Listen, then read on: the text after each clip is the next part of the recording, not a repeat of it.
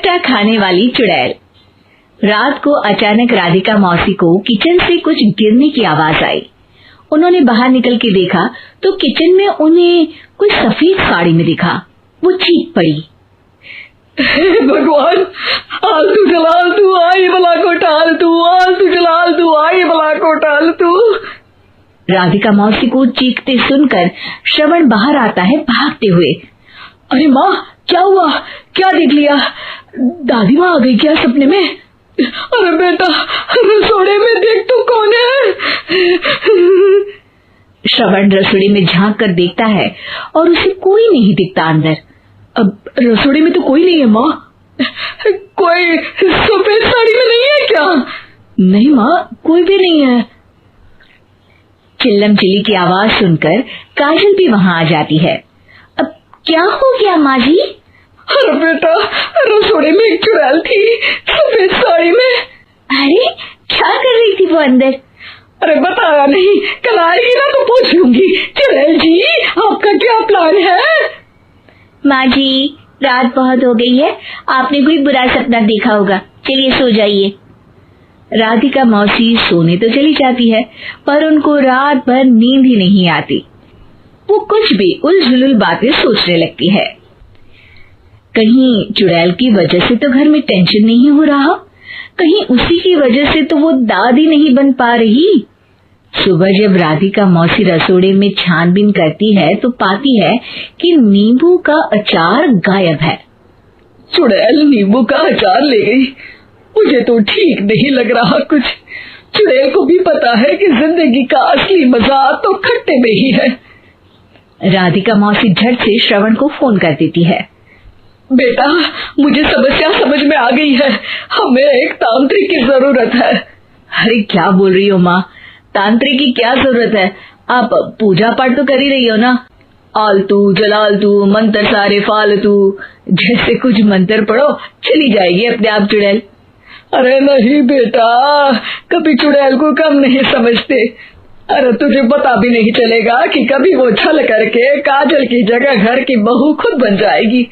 क्या माँ, कुछ भी बोल रही हो? कहाँ काजल और कहाँ चुड़ैल? वैसे एक बात बताओ, काजल को अगर गाने के लिए बोल देना तो चुड़ैल काजल की आवाज सुनकर घर तो क्या धरती लोग छोड़कर चली जाएगी। तुम ना पढ़े लिखे बच्चे हर चीज को मजाक समझते हो। तुम रहने दो, मैं खुद ही तांत्रिक को बुला लेती हूँ। अच्छा सुन, शाम को इमली लेके आना। क्या है कि चटनी खाए बहुत दिन हो गए है ना? नहीं माँ, इमली तांत्रिक से ही मंगवा लो ना, आटा वगैरह भी उसी से पिसवा लेना। देखो मुझे काम करना है।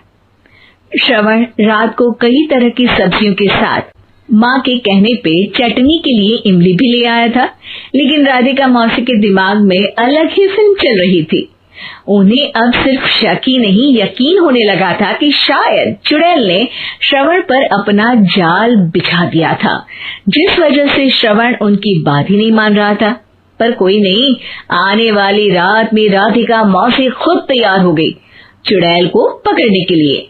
रुद्राक्ष की माला, तुलसी का पत्ता, हनुमान चालीसा सब हाथ के पास ही था, बस चुड़ैल का इंतजार था। और जैसा राधिका मौसी ने सोचा था वैसा ही हुआ।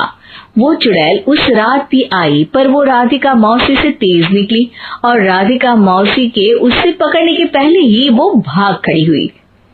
जरूर बहू पे साया है उस चुड़ैल का, तभी तो श्रवण के कमरे में गई है। और अगली सुबह राधिका मौसी पिछली रात हुए हमले में किन चीजों का नुकसान हुआ उसका हिसाब लगा रही थी।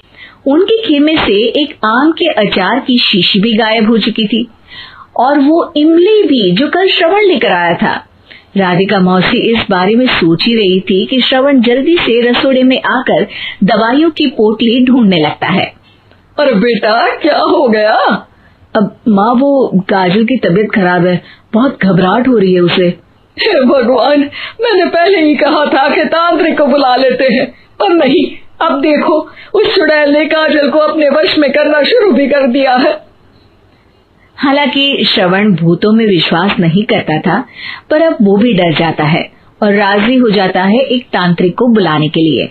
कुछ ही घंटों में तांत्रिक आ जाते हैं और राधिका मौसी तांत्रिक जी को सब बता देती है।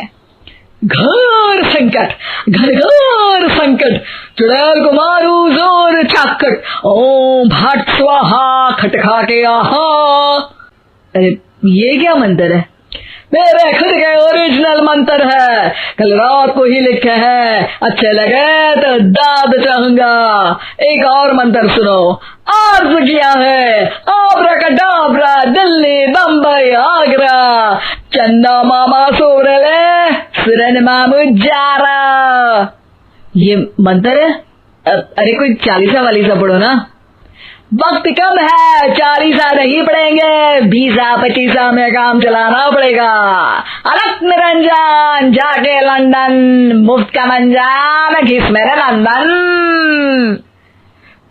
अरे जल्दी करो तांत्रिक जी, जल्दी करो। तांत्रिक अपने उल झलूल मंत्र पढ़ने लगता है। श्रवण को तांत्रिक पे शक होता है। वो अपने एक डॉक्टर दोस्त को कॉल कर देता है ताकि कोई अनहोनी हो तो इमरजेंसी में चीजें मैनेज हो जाए। तांत्रिक धुनी रमाता है, जिसकी वजह से कमरे में काफी धुआं हो जाता है और जिसकी वजह से बहू की घबराहट बढ़ जाती है। अब भागेगी चुड़ैल। हाँ। बहू खांसते हुए धुएं से बचने के लिए बाहर चली जाती है। अरे भाग रही है, भाग रही है। पीछे पीछे श्रवण भी जाता है। बहू एक सोफे पर बैठ जाती है। तभी डॉक्टर दोस्त आ जाते हैं और श्रवण को पानी लाने के लिए कहते हैं।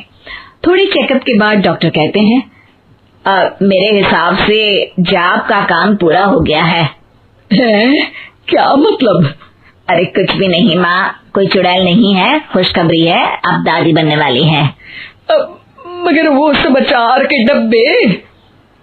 श्रवण दोनों अचार के डब्बे अपनी माँ को दिखाता है, जो कि उनके बिस्तर के नीचे छुपे हुए थे। आपने सही बोला था माँ, वो चुड़ैल काजल ही थी जो खट्टा खा रही थी। हमें कल ही पता चला, पर हमने आपको ये तांत्रिक वाला काम करने दिया ताकि आपको भरोसा हो जाए कि भूत वगैरह कुछ होता ही नहीं। अच्छा, ये तो बड़ी खुशी की बात है। पर बेटा मुझे एक झाड़ू तो ला दे। क्यों माँ? ये तांत्रिक का भूत उतारती हूँ मैं। अब तांत्रिक राधा मौसी के डर से घर से भाग निकलता है और राधा मौसी उसके पीछे भागती है। अरे संकट ये घनघोर है।